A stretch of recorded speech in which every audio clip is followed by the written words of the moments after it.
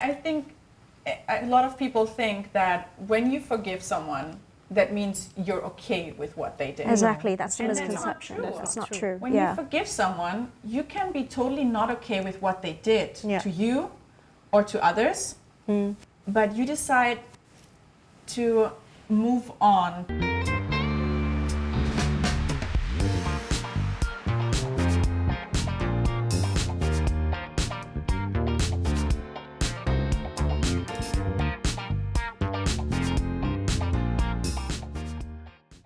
Please subscribe and turn on your notifications to stay tuned to the latest updates at the Powder Room Talk. These, all these personal experiences are so cool. And I've been on the verge of tears like these past, 10 minutes we've been talking.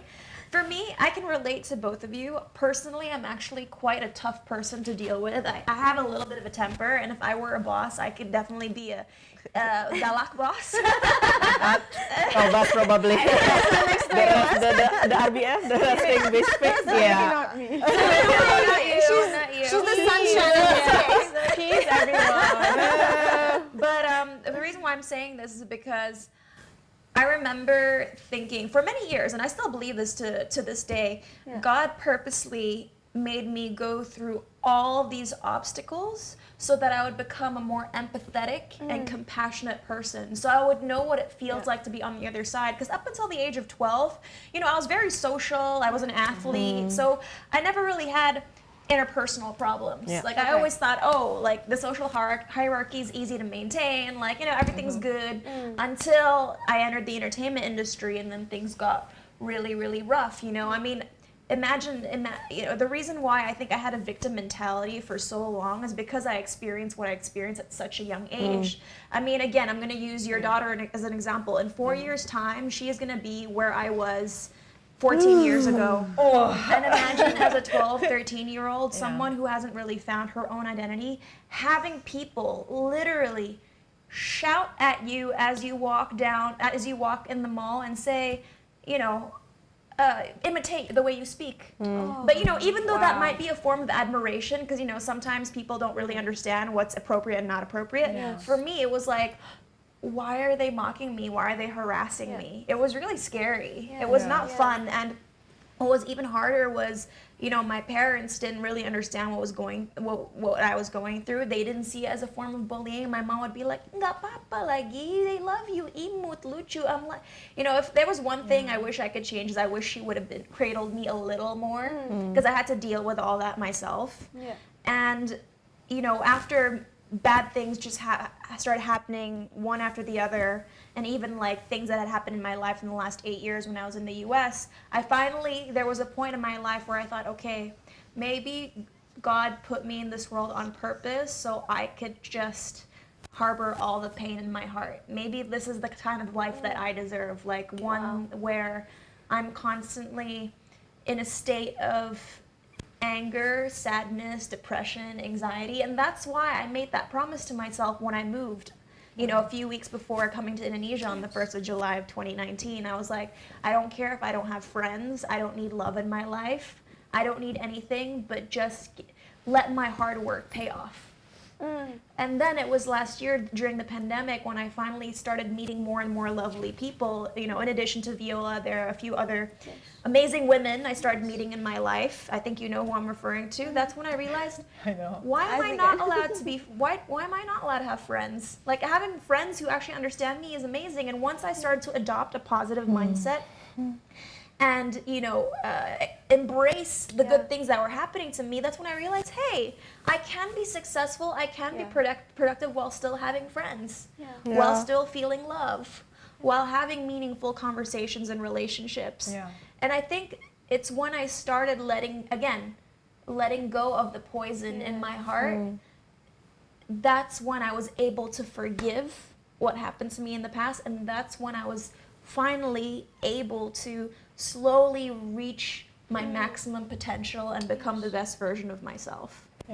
What I'm hearing is you allow, as you forgive, the door to your heart to other people open. Yes. And that the initial inability to experience joy and to live joyfully because I you blocked think, it. you I blocked it. Yeah, and 'cause I was playing the victim. I was like, you know what? Let it be. Like, maybe this is the course of my life. I'm meant to just constantly be experiencing these negative emotions, and God let me because He knows I'm strong enough. Yeah. That's what I thought. I'm strong enough to feel all this. Wow. And that's actually such it's just like a little lie that you told yourself that you had to live like this. And it was unhealthy, and it inhibited me from showing my true self. Why?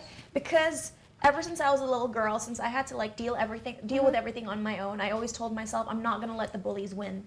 And by saying that to myself, I always put up a very strong front to make them believe that I was confident, in power, in control, and everything was perfect in my life. But that's when I realized my fans couldn't relate to me because I always tried to appear perfect. And it was only this year and through my platform like Surat dari Cinta, Viola, that I'm starting to get messages from new fans, from old fans saying, I can relate to you. I'm so glad you talked about this because this is what I'm feeling. And it's only when I started forgiving that I was able to be more vulnerable, and I realized that not being perfect was actually better and allowed me to help people. Yeah. It was when I finally let go of the trying to be perfect that I was able to accomplish my mission in helping people or gradually helping people. I love that because I'm always a firm believer that actually the capacity to have vulnerability is true strength. But I think besides like us forgiving and being able to step into our calling, I think sometimes what holds us back, for example, from unforgiveness can actually hold us back to actually have really good relationships with other people, right? And as you even said, you were not even able to have like friendships because you're still holding on to that, right? I remember like there was an incident with my brother a few years ago where he really deeply disappointed me, and he disappointed the whole family. And I used to be really close with my brother, like him and me. I was the closest person to him, I think, and I always felt like we understood each other and all that. But when that thing happened, I remember I was so angry at him. I blamed him. I took it personal. I'm like, how could you do this to my life? How could you be how could you ruin this part of my life, of my family life? And I was really bitter against him, and I was mean against him. And then for quite a while, I think a few years, I just felt like, well, the relationship between me and my brother is just not there anymore. Like the connection's lost, And it took me a process of maturity and growing up as well. And one day it dawned on me that I didn't have to forgive my brother. I had to actually ask for forgiveness because I realized when he was at his lowest point and he had messed up everything in his life, not purposely, because who does that? Who messes up his whole family, right? Purposely. I was there, instead of giving him a hand, hey, I'm here with you, I actually kicked him, I put him down. I was like not literally, but I actually literally hit him. And I was so angry at him, and I remember he ran out of the house and didn't come to my wedding, which was closely after, right? And in that moment, it dawned on me I had let him down, and I was still in Jakarta, and I'm like, I'm gonna go back to Germany in 1 month, right? And I'm like, okay, in 1 month, I have to ask forgiveness, right? I'm like, I'm gonna do it. And then I remember I was in Germany, and I'm like, every day I was like, God, please give me the right moment to talk to my brother and ask him for forgiveness, right? And then there really came the moment where I was in the kitchen and my brother came in, and it was like a switch in me knowing now's the moment. And I'm like, Marco, that's my brother's name. I'm like, Marco, I have to talk to you, right? And I'm like, I want to ask you to forgive me. And I said, like, I told him, I'm like, I'm so sorry what I did. I'm sorry I was not there for you and all these things. And in that moment, it was like, he said, I'm okay, I forgive you, I'm also sorry. And then he hugged me and we hugged. And in that moment, it was like, poof, it was like the relationship was there again, even though all the things had happened, but it was like, there was a connection again, we can build on that again. Yes. And it took me to realize I have to ask forgiveness, right? But I felt like every time there's forgiveness happening, a real forgiveness, not one that we just like, yeah, I forgive him, you know, but the real thing is happening where you unload that whole bitterness, or where everything is coming out and it's real, and it can reconnect people. It can liberate you to have relationship again. It can liberate you for your calling in your life. It can liberate you to actually serve the people you want to serve. It can liberate you to actually be there for your family, love them, love your husband, you know, serve the family, and not just be there and live every day one after another with like dysfunctioning relationships and all these kind of things, right? And it has so much power to forgive. I really believe that. And I see that like through your story, I see like how much power it has. Yes. But it really takes some realization sometimes. Like you need to come behind the, why can I not forgive?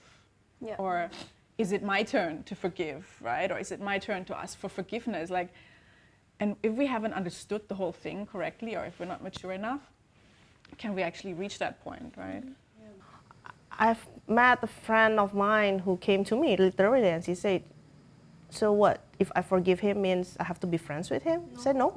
I said, who told you that if you are forgiving someone, meaning you forget what he has done or what she has done? Forgiveness and forgetting is not correlating in a way. Doesn't come together. Yeah, it's actually two separate issues. Yeah. Forgiving for me, especially if it's a wrongdoing that you can't ever forget, is more, again, back to it's for yourself. Forgiving yourself, forgiving what's happened, and allowing yourself to move out of that circumstance in order to move forward and live a happy life. You know, you're right. Like, you don't have to interact with that individual ever again, but don't let their mistake hold you hostage. Yeah. That's how I feel. Yeah, but I think a lot of people think that when you forgive someone, that means you're okay with what they did. Exactly, that's the And misconception. that's not true. That's not true. When you forgive someone, you can be totally not okay with what they did to you or to others, but you decide to move on, to say, I'm not holding on to this person's neck anymore, right? I'm not holding on to them. I'm gonna let go so I can actually go around and leave. Because as long as I'm holding that bitterness towards that person, I'll be stuck there. Like every day I'll come back to the same place. I cannot actually move on and grow because I'll be stuck down there. It's like I'm chaining myself to that person without that person even noticing probably. But the moment I let go and I'm like, no, I'm gonna forgive that person. I might even understand what happened in their life that brought them to this point that they were able to do such a horrible thing, and actually see like, oh yeah, maybe if this would have happened in my life, I might be in the same place. That doesn't mean it's okay. Yeah. And it doesn't mean that everything I did in my life is okay, but I'm gonna remove myself from this and I'm gonna move on, right? But it's still not okay what they did. Yeah, I think like it's very important to distinguish, right? The mistake or the hurt that whether it's done by us or others to us, that we acknowledge is wrong. That causes pain. That affects other people. And that's acknowledging that thing. We can compartmentalize what was wrong with that. But, you know, I really love how Cinta put it that way just now. Like, forgiveness is really from inside so that you can come out and live joyfully and live out. And it's really that what I shared earlier was, it's really, when we do that, we actually take power back into our life. We take control. Because if not, you give that person the power. You give so much power away to that person to hold you back. I've been saying this a lot in many of my interviews. At the end of the day, life is all about choices, and it's your responsibility to make the right choice for yourself.